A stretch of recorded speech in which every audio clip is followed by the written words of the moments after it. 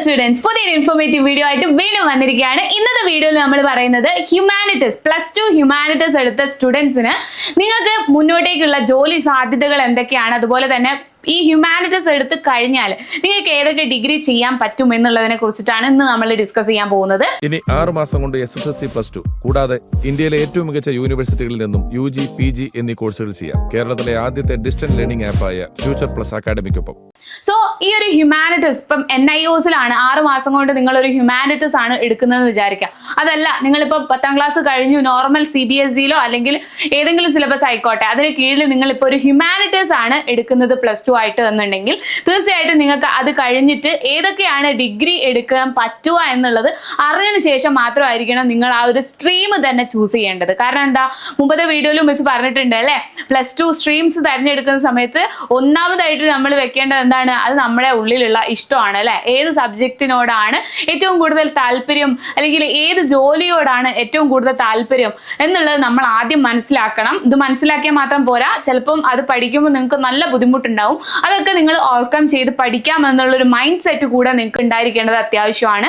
So ഇതൊക്കെ നിങ്ങൾക്ക് ഉണ്ടാവണമെങ്കിൽ ഇതിനെക്കുറിച്ചൊക്കെ ഒരു വെൽ പ്ലാനിങ് നിങ്ങൾക്ക് അതിന് മുമ്പ് വേണം അല്ലെ. അപ്പൊ ഹ്യൂമാനിറ്റീസ് ബാച്ച് എന്ന് പറയുമ്പോൾ എല്ലാവരും പറയും ഹ്യൂമാനിറ്റീസ് എടുത്താൽ എന്താ, പിന്നെ അത് കഴിഞ്ഞ് ഡിഗ്രി എടുക്കണം അല്ലെ, ഹ്യൂമാനിറ്റീസിന് അധികം ജോലി സാധ്യതകളൊന്നും ഇല്ല എന്നുള്ള തരത്തിലും ഒക്കെ നിങ്ങൾ കേട്ടിട്ടുണ്ടാവും ഒരു +2 എടുക്കാൻ നേരം അല്ലെ. നിങ്ങളടുത്ത് പല ആളുകളും പറഞ്ഞിട്ടുണ്ടാവും, പല ഒപ്പീനിയൻസ് ആയിരിക്കും പറഞ്ഞിട്ടുണ്ടാവുക അല്ലെ.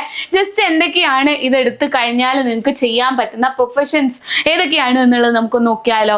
സോ നിങ്ങൾക്ക് ടീച്ചർ ആവാം, അതുപോലെ തന്നെ പ്രൊഫസർ ആവാം, ജേർണലിസ്റ്റ് ആവാം, ന്യൂസ് ആങ്കർ ആവാം, അതുപോലെ സൈക്കോളജിസ്റ്റ് ആവാം, അതുപോലെ കൗൺസിലർ ആവാം, ലോയർ, അഡ്വക്കേറ്റ്, സോഷ്യൽ വർക്ക്, അതുപോലെ തന്നെ NGO professionals, civil servant, government officer, content writer, editor, artist, designer, photographer, ഇങ്ങനെ ഒരുപാട് വേരിയസ് ആയിട്ടുള്ള കാറ്റഗറീസ് ആണ് നിങ്ങൾക്ക് മുമ്പിൽ ജോബ് ഓപ്പർച്യൂണിറ്റീസ് ആയിട്ടും അതുപോലെ തന്നെ പ്രൊഫഷൻസ് ആയിട്ട് നിങ്ങൾക്ക് മുമ്പിൽ കിടക്കുന്നത്. അതിൽ ഏത് വേണമെങ്കിലും നിങ്ങൾക്ക് ചൂസ് ചെയ്യാനുള്ള ഒരു ഓപ്ഷൻ ഉണ്ട് എന്നുള്ളതാണ്. സോ ഇവിടെ നിങ്ങൾ ഈ ഒരു ലിസ്റ്റ് കണ്ടപ്പോൾ തന്നെ മനസ്സിലാക്കിയിട്ടുണ്ടാവും അല്ലെ, ഇത്രയും കാര്യങ്ങൾ ഈ ഒരു ഹ്യൂമാനിറ്റീസ് എടുത്തതിന് ശേഷം എനിക്ക് ആവാൻ പറ്റും. സോ അത് ഏത് എന്ന് ഞാൻ ഇനി കണ്ടുപിടിക്കുകയാണ് എൻ്റെ ഒരു ടാസ്ക് എന്നുള്ളത് നിങ്ങളുടെ മനസ്സിലിപ്പോൾ തോന്നിയിട്ടുണ്ടാവും. ഇത് അറിഞ്ഞിരുന്നാൽ മാത്രമേ ഹ്യൂമാനിറ്റീസ് കഴിഞ്ഞ് എന്ത് എന്നുള്ളത് നിങ്ങൾക്ക് തീരുമാനിക്കാൻ പറ്റുള്ളൂ. സോ ഇനി നമുക്ക് അടുത്തതായിട്ട് ഡിഗ്രി ഏതൊക്കെയാണ് ഈ ഒരു ഹ്യൂമാനിറ്റീസ് കഴിഞ്ഞിട്ട് എടുക്കാൻ പറ്റുക എന്നുള്ളത് നോക്കിയാലോ. BA എന്ന് പറയുമ്പോൾ നിങ്ങൾക്ക് ഏതൊക്കെയാ വരുന്നത്, BA തന്നെ ഹിസ്റ്ററി, ഓരോ സബ്ജക്ട് റിലേറ്റഡ് ആയിട്ടാണ്. നിങ്ങളിപ്പോൾ +2 ഹ്യൂമാനിറ്റീസ് എടുക്കുകയാണെന്നുണ്ടെങ്കിൽ ഹ്യൂമാനിറ്റീസിൽ നിങ്ങൾക്ക് പൊളിറ്റിക്കൽ സയൻസും സോഷ്യോളജിയും ഹിസ്റ്ററിയും ഒരു മെയിൻ സബ്ജക്ട്സ് ആണ് അല്ലെ.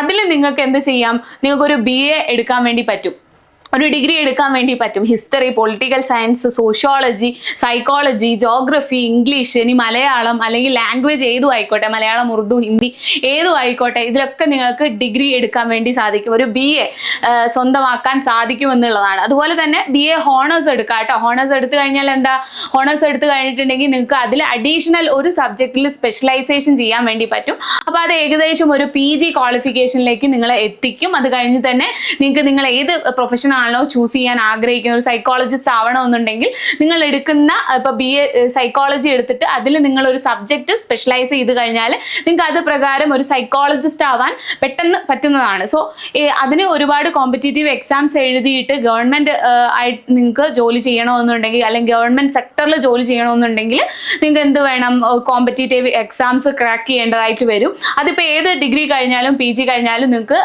ഒരു ഗവൺമെന്റ് ആയിട്ട് നോക്കുകയാണെന്നുണ്ടെങ്കിൽ നിങ്ങൾക്ക് കോമ്പറ്റീറ്റീവ് എക്സാംസ് ഉണ്ടാവും കേട്ടോ. അപ്പൊ അത് നിങ്ങൾ മനസ്സിലാക്കണം.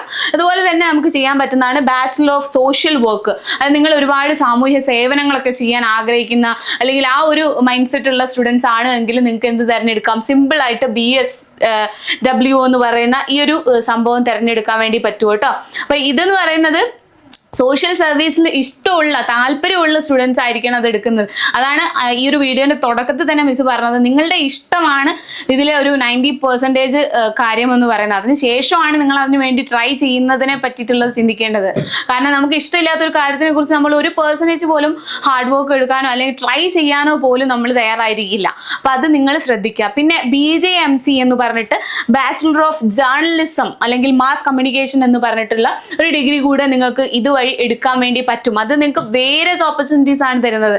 മീഡിയാസിലും അതുപോലെ തന്നെ മീഡിയാസിൽ വർക്ക് ചെയ്യാം, ജേർണലിസ്റ്റ് ആയിട്ട്, കണ്ടന്റ് റൈറ്റർ ആയിട്ട്, അങ്ങനെ പല പല ജോബ് ഓപ്പർച്യൂണിറ്റീസ് ആണ് ഈ ഒരു ഡിഗ്രിയിൽ മാത്രം വരുന്നത്. അപ്പൊ ഇത്രയും ജോലി സാധ്യതകൾ ഇതിലുണ്ട് എന്നുള്ളത് നിങ്ങൾ അറിഞ്ഞിരിക്കണം. ആളുകൾ പലതും പറയും അല്ലെ, ഹ്യൂമാനിറ്റീസ് എടുത്താൽ നിങ്ങൾക്ക് എന്താവാൻ പറ്റും എന്നുള്ള ആ ഒരു രീതിയിൽ നിന്ന് മാറിയിട്ട് ഹ്യൂമാനിറ്റീസ് എടുക്കാൻ താല്പര്യമുള്ളവരാണെങ്കിൽ ഇത്രയും ജോബ് ഓപ്പർച്യൂണിറ്റീസ് തരുന്നുണ്ട് എന്നുള്ളത് നിങ്ങൾ മനസ്സിലാക്കുക കേട്ടോ.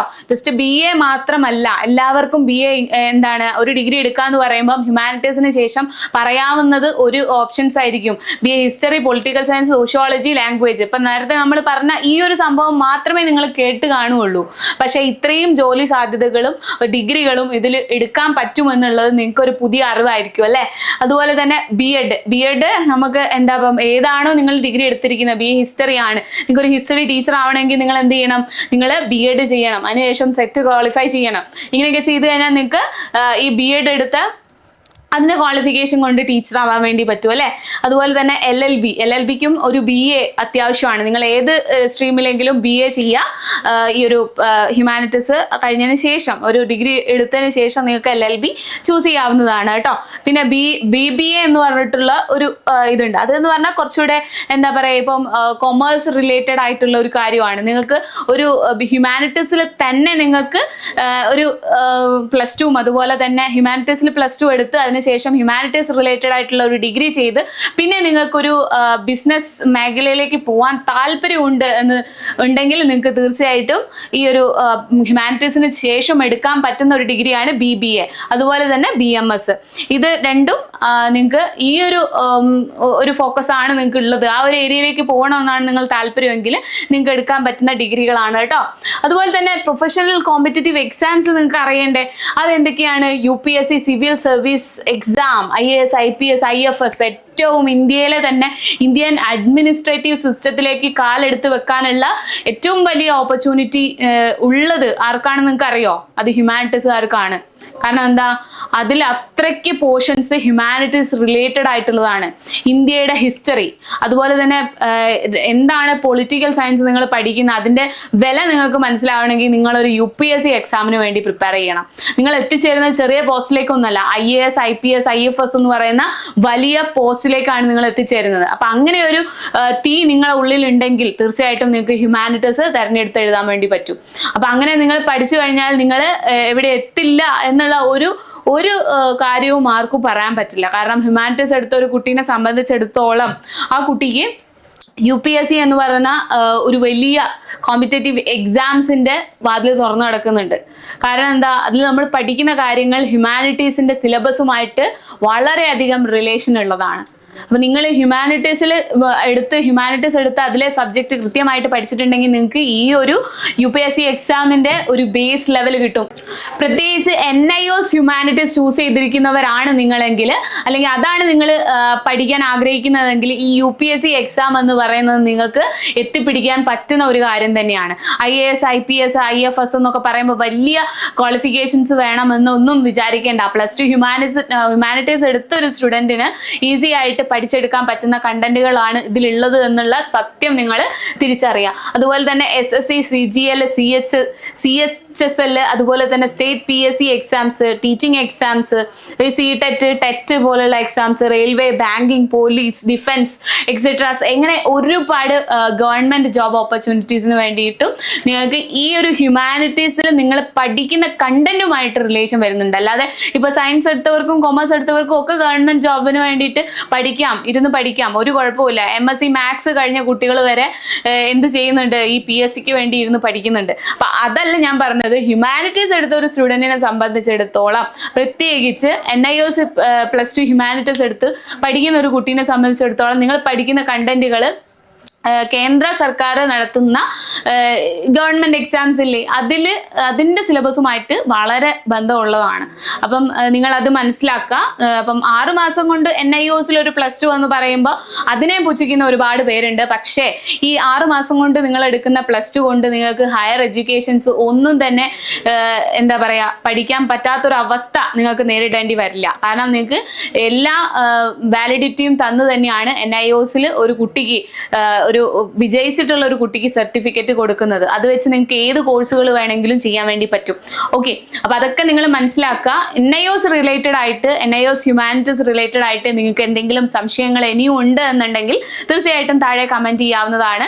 അതുപോലെ NIOS ഹ്യൂമാനിറ്റീസിൽ നിങ്ങൾക്ക് ജോയിൻ ചെയ്യണമെന്ന് താല്പര്യമുണ്ടെങ്കിൽ ഈ 6 മാസം കൊണ്ട് +2 എടുത്ത് നിങ്ങൾക്ക് പെട്ടെന്ന് തന്നെ അടുത്ത കരിയറിലേക്ക് പോകണമെന്ന് ആഗ്രഹിക്കുന്നുണ്ട് എങ്കിൽ തീർച്ചയായിട്ടും നിങ്ങൾക്ക് എന്ത് ചെയ്യാം, അതിനെക്കുറിച്ച് നിങ്ങൾക്കുള്ള സംശയങ്ങളെല്ലാം കമന്റ് ബോക്സിൽ കമന്റ് ചെയ്യാവുന്നതാണ്.